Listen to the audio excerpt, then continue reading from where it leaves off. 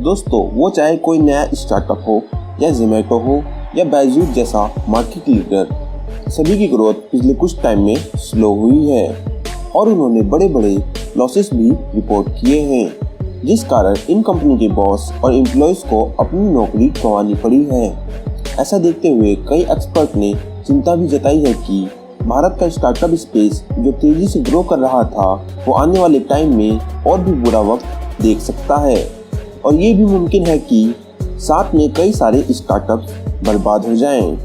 पर क्यों फेल हो रहे हैं भारत के स्टार्टअप्स? आइए देखते हैं आज के इस वीडियो में।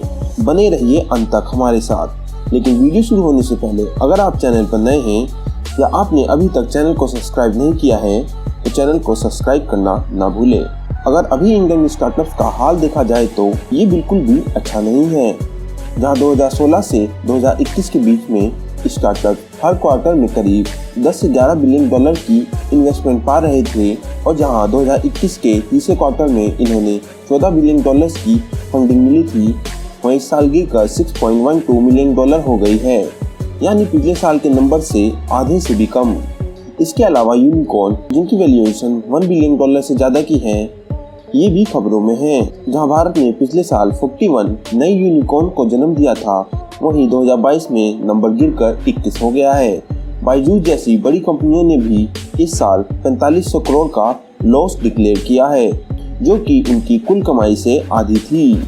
इसीलिए बायजूस ने डिक्लेयर किया है कि आने वाले 6 महीने में 2500 से ज़्यादा एम्प्लॉयज़ को निकाल देने वाले हैं। बायजूस ही क्यों, वेदांता नाम के स्टार्टअप ने भी 600 एम्प्लॉय को इस साल नौकरी से निकाल दिया है।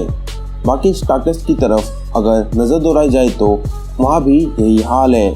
इस साल कार24 ने 600, ओला ने 2100, वाइट हैट जूनियर ने 800, अनअकैडमी ने 1000, मीशो ने 150 से ज़्यादा एम्प्लॉयज़ को घर भेज दिया है। ये आंकड़े परेशान करने वाले हैं, लेकिन ये अचानक नज़र में नहीं आए। इनके पीछे ठोस वजह भी हैं। इनमें से पहली वजह तो बहुत ही सिंपल है कि रूस और यूक्रेन के युद्ध ने दुनिया भर में मंदी की सिचुएशन खड़ी कर दी है और इस वक्त कोई भी इन्वेस्टर अपना पैसा किसी कंपनी में नहीं डालना चाहता, जिसकी वजह से फंडिंग मिलना तो अब मुश्किल हो गया है। किसी भी स्टार्टअप के लिए लगातार इन्वेस्टमेंट लाना बहुत जरूरी होता है।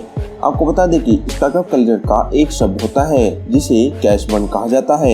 एक स्टार्टअप को शुरू करते टाइम सबसे पहले बहुत सारी फंडिंग जुटाई जाती है, फिर इस फंडिंग का इस्तेमाल करके कंपनी लॉस देती है, लेकिन अपने कस्टमर को सब कुछ सस्ता देती है ताकि ज़्यादा से ज़्यादा लोग उनसे जुड़ पाए। जब लोग जुड़ जाते हैं तो धीरे धीरे कंपनीज प्रॉफिटेबल होने लगती है। इसी वजह से स्टार्टअप लॉसेस से घबराते नहीं हैं। लेकिन अब क्योंकि फंडिंग नहीं आ रही है और अब तक ज़्यादातर स्टार्टअप्स ने एक बार भी प्रॉफिट नहीं कमाया है, इसलिए अब वो कैश बर्न को सस्टेन नहीं कर पा रहे हैं। लेकिन यही वजह नहीं है कि स्टार्टअप फेल हो रहे हैं। एक बड़ी वजह ये स्टार्टअप्स खुद भी हैं। अगर आप देखें, बहुत से स्टार्टअप इसलिए ग्रो नहीं कर रहे थे क्योंकि 2 साल तक आपने लॉकडाउन देखा था। इस समय स्कूल बंद थे, तो अनअकैडमी और बायजूस ने काफी ग्रो किया, जो अब स्लो हो गई है।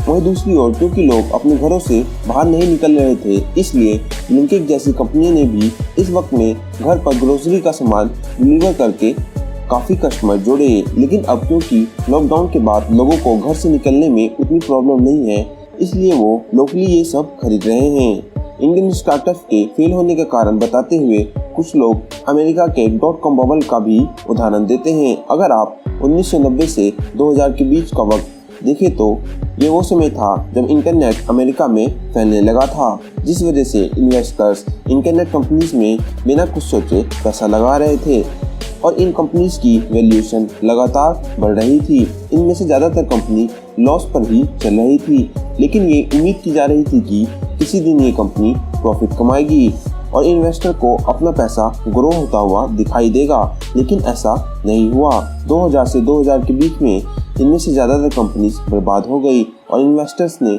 अपना पैसा वापस खींच लिया। ऐसा ही कुछ इंडियन स्टार्टअप के साथ भी होता दिखाई दे रहा है। अच्छी बात यह है कि इसी .com बवाल के दौरान अमेजन, गूगल जैसी कंपनियों ने भी मार्केट में कदम रखा था, जो ये दर्शाती है कि ऐसा नहीं है कि भारत के सभी स्टार्टअप फेल होने वाले हैं, लेकिन सिर्फ वो स्टार्टअप फेल होंगे जिनका बिजनेस मॉडल यहाँ के मार्केट के हिसाब से नहीं है। अब इसका एक उदाहरण ब्लिंकिट जैसे स्टार्टअप को देख सकते हैं। हमारे देश में ज़्यादातर लोग अपनी सब्जी से लेकर राशन का सामान लोकल शॉप से खरीदना पसंद करते हैं और ऐसा इतनी जल्दी पॉसिबल नहीं है कि लोग ये सभी कुछ अपने ऐप से मंगवाने लग जाएं। इसके साथ साथ इन ऐप्स में प्रॉब्लम भी है कि यहाँ पर सारा सामान ब्रांडेड होता है जो कि ज़्यादा महंगा पड़ता है, इसलिए भी कई कस्टमर यहाँ से सामान लेने में कतराते हैं। अब अगर इस मार्केट में ब्लिंकिट को कम्पीट करना है तो एक दूसरी प्रॉब्लम इंडियन स्टार्टअप के साथ देखा जाता है, वो ये है कि हमारे स्टार्टअप्स में इनोवेशन की कमी है। अगर हम 2015 से 2016 के बीच में फाइल किए गए पेटेंट्स की बात करें तो हमने सिर्फ 1400 पेटेंट फाइल किए थे, जबकि जापान ने इस साल 44,000 पेटेंट फाइल किए थे, चीन ने इस साल 29,000 और साउथ कोरिया ने 14,000 पेटेंट फाइल किए थे। अगर आप ओला का देखते हैं तो ओला कुछ नहीं, बस अमेरिकन स्टार्टअप उबर की कॉपी है। अब इनका नुकसान ये है कि ओला का कंपटीशन उबर भी इंडियन मार्केट में बनी हुई है, क्योंकि दोनों सेम चीज ही ऑफर कर रहे हैं। स्नैपडील जैसी कंपनी वही सर्विस ऑफर कर रही है जो अमेजोन कर रही है, इसलिए आज अमेजोन भारत में लीड करता है, क्योंकि उनके पास ज़्यादा फंड्स के साथ साथ मार्केट एक्सपीरियंस भी है। अगर भारत में ज़्यादा से ज़्यादा स्टार्टअप और रीजनल आइडिया वाले स्टार्टअप्स होंगे तो उन्हें भारत के साथ साथ दुनिया के बाकी मार्केट्स में घुसने का मौका मिलेगा। अब वो न सिर्फ जल्दी ग्रो कर पाएंगे बल्कि प्रॉफिटेबल भी हो जाएंगे। चलिए, भारत के साथ एक फायदा भी है, हमारे पास बहुत बड़ी जनसंख्या है, यानी बहुत बड़ा मार्केट है, इसलिए कॉपी पेस्ट मॉडल से भी अगर कोई कंपनी बिजनेस करना चाहती है तो नए कस्टमर मिल जाएंगे। लेकिन अब भी इन कंपनीज को कई और चीज़ों का ध्यान रखना ही पड़ेगा। अब हम बायजूस का एग्जांपल ले तो एक तरफ जहां बायजूस अपने लॉस के कारण एम्प्लॉयज को फायर कर रहा है, वहीं दूसरी तरफ यही बायजूस इंडियन क्रिकेट टीम से लेकर फीफा वर्ल्ड कप को स्पॉन्सर करने में हजारों रुपए भी खर्च कर रहा है।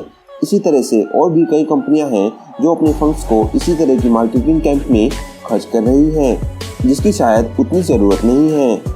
इसका रिश्ता सीधा सीधा सिंपल एक बात से है। स्टार्टअप कल्चर में एक शब्द है जिसे कैक कहते हैं, कस्टमर एक्वाजिशन कॉस्ट। इसका मतलब है कि कस्टमर को अपने साथ जोड़े रखने में कितना पैसा खर्च किया है।